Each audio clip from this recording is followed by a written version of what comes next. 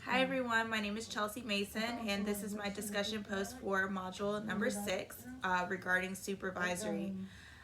So this week was really interesting to me. I am actually lucky to be serving as a supervisor. I have about 52 students in total that I supervise for desk operations, resident assistants, student assistants, and I also advise a community council for RHA.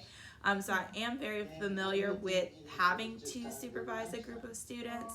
So this kind of just reiterated some of the topics in the book. So I was able to sit down and talk to my supervisor, whose name is Ricardo Lewin, and just as a discussion piece about what supervision is and how I can take that to the next level. It was a very interesting conversation, and this is actually my supervisor, and so I do check in with him multiple times throughout the week, and so it was good to sit down and specifically talk about this topic.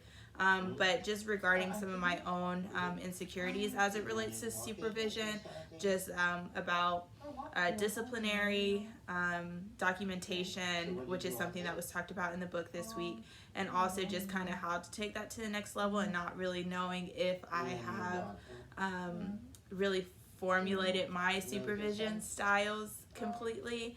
And so that was something that we talked about.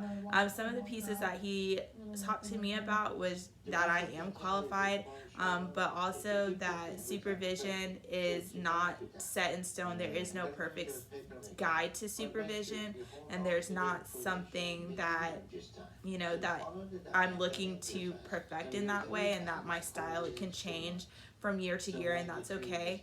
And so those were some of the topics that were iterated in the book as well this week. I think some of the things that stuck out to me was documentation, of course, and kind of how to approach that. Wanting to be equitable in that and equal in that.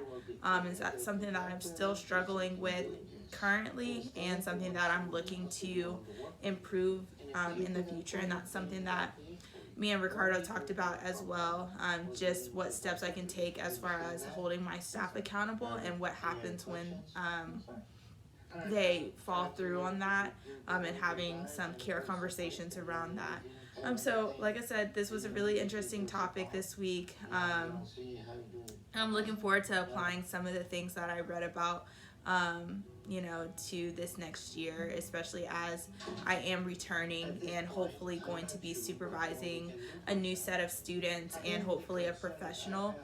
So I'm looking forward to that. But if you have any questions, feel free to comment on this video. Otherwise, I look forward to chatting with everyone next week.